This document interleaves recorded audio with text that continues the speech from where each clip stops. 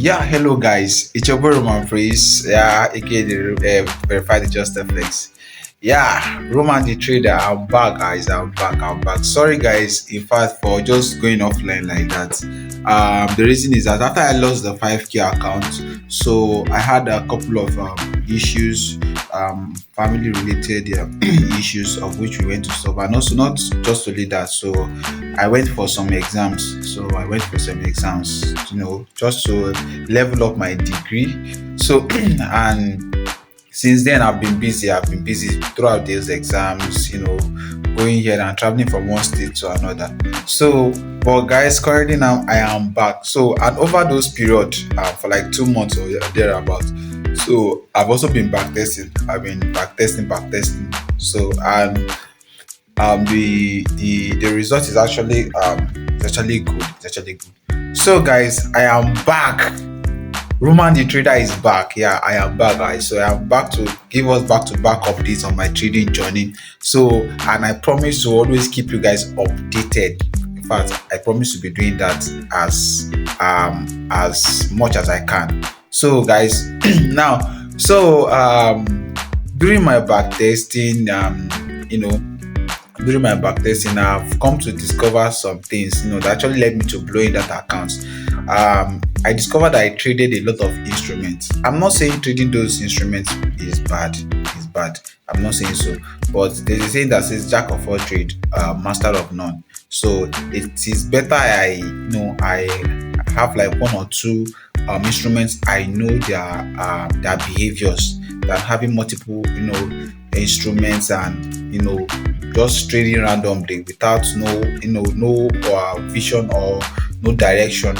So because it really messed up with my psychology during those periods, because I was trading so many pairs, looking for opportunities here and there. So and it led to me blowing that account so fast. Account I was able to to grow, to withdraw past phase one, phase two. So it's really bad to trading those accounts. It's really bad. So I felt as if it was even luck, because me growing that account, I mean passing the phase one and phase two, and also withdrawing. So I felt, because after this back testing I did for several months, it felt like as if it was luck then. So but that is just it. So that is why you really need to keep on back testing. You really need to back test, know where your mistakes are, and sort them out. So guys, this week I'll be showing you guys on my charts. I'll be sharing my screen with you guys for you guys to see. So I'll be showing you my charts, what I'm actually looking at for this week. So currently right now I'm trading just two instruments. So stay tuned and let's dive into the chart so that you see the two instruments I'm trading. So guess what? Get the instruments on the chart. So I'll just get the instrument. So I'll be showing you guys my chart. I'll be showing you guys so what I'm looking out for in the market this week. So guys, see you guys on my next video. Sorry, let me see you guys in the chats. So peace out, guys. Yeah, so my people, so my guys, this is actually my trading views view.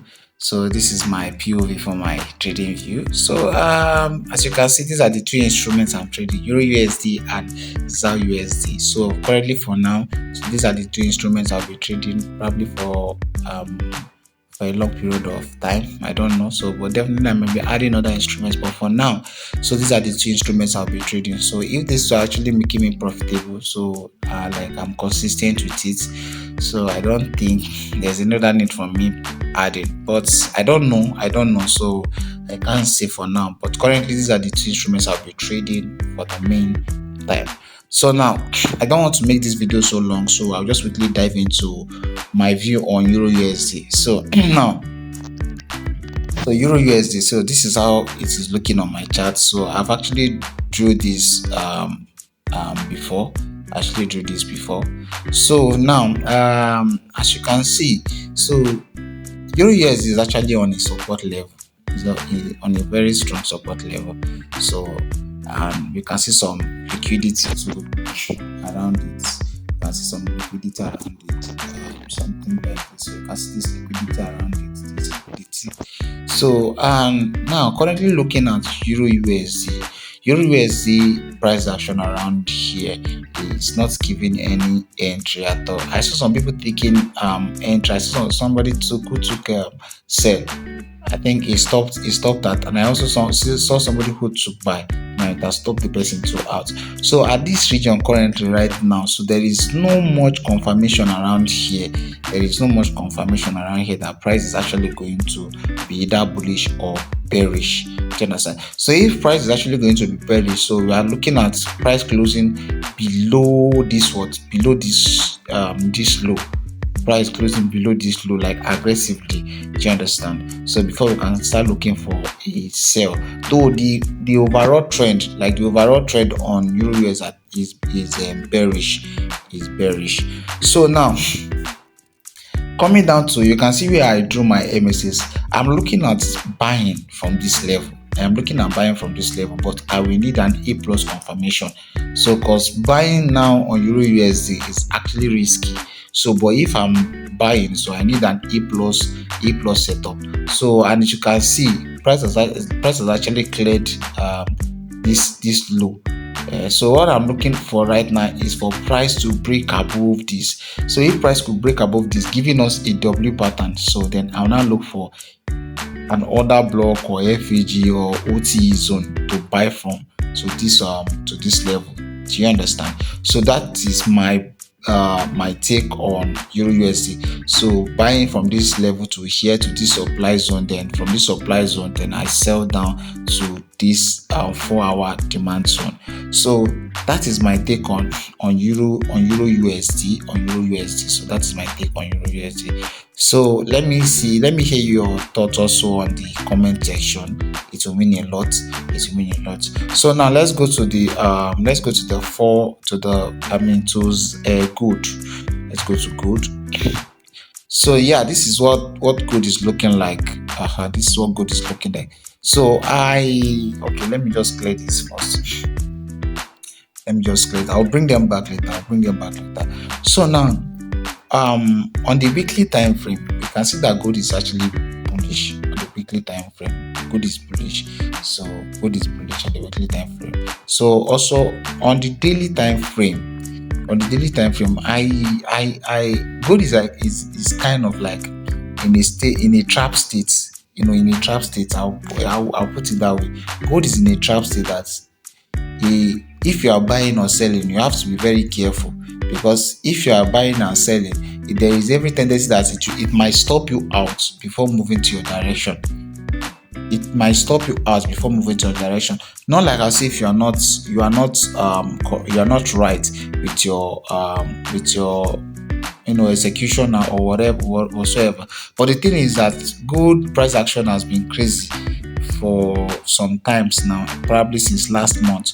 So gold has been crazy, like stopping you out and also moving towards your direction. So taking gold for now, I'll be looking for more buys though.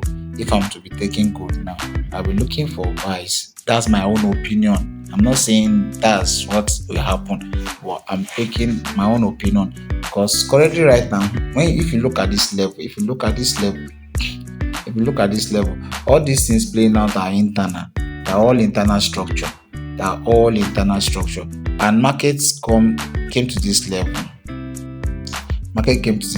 Failed to close below this. It failed to close below this. Rather, it swept it came and it swept liquidity. It swept liquidity, then did a failure to swing, then pushed up again. Now it came back all the way to this level. So gave another market structure shift, then pushed up. Now is at this level right now. So currently now, you should be very careful if you are selling gold. You should be very careful if you are selling gold. Be very, very careful if you are selling gold. So, but these are my thoughts or my take on gold for now. So when we move to the 4-hour, which is where I draw my. So now looking at my 4-hour, so you can see my supply zone, you can see my demand zone. So initially when price came back to this demand zone, this demand zone. I was actually looking for a buy. Which, but the reason why I didn't take any of this, the reason why I didn't take the buy was that I saw that the price, that the zone has been mitigated already. One, then two, and then three. So now, if I'm buying, there's every tendency that this zone might not hold anymore, because I feel like the order here has been exhausted already.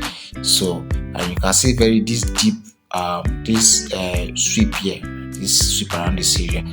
So, and if you move down to my entry time frame, which is 15 minutes, if I move to my entry time frame, 15 minutes. So the price action I saw here, around this area was not given to me. It was not given at all. It was not given. So it was more or less like a manipulative kind of market structure. So I tend to not. So when I saw this one too. I saw this, but I was not convinced enough to take it. I was not convinced enough to take it. So I was like, so okay. When I came back, then I saw it as move, and I just left it. So a no trade is better than what a losing trade. You understand? So, and as you can see, market went up, came down again. So it's kind of raging. So the only way for me to take this trade, is I'm looking at. Sorry, let me go to the 4 hour. I'm looking at, for me to take this buy, if I'm going to take buy. So I'm waiting for price for a 4 hour candle to close above this high. A 4 hour candle to close above this high. So if a 4 hour candle closes above this high, then I'll have something like this, close above this high. Then I'll wait for a retest, either to an order block or FVG around this area. Then I can take it down to this supply zone. So that is it. So then if I take it down to the supply zone, probably if I see any confirmation to sell, then I sell. And if I don't see any confirmation, I wait. So the best thing now for gold for me is just to wait and see how price will behave. So if price is going to sell, I'll wait for it to come. If price is going to sell and not giving me any buy option or buy entry to this place, so I'm looking at price taking out this low. So if price is to take out this low, then I can look for confirmation and entry around this area, then start selling to the next liquidity area. So that is my bias, or that is my my view on this, on gold and euro USD. So guys, please don't forget to like, comment and share, and don't forget to subscribe too. Like I said, I don't want to make this video too long so that it won't be boring. So that is it. So catch you guys on my next video. See you guys. Peace out.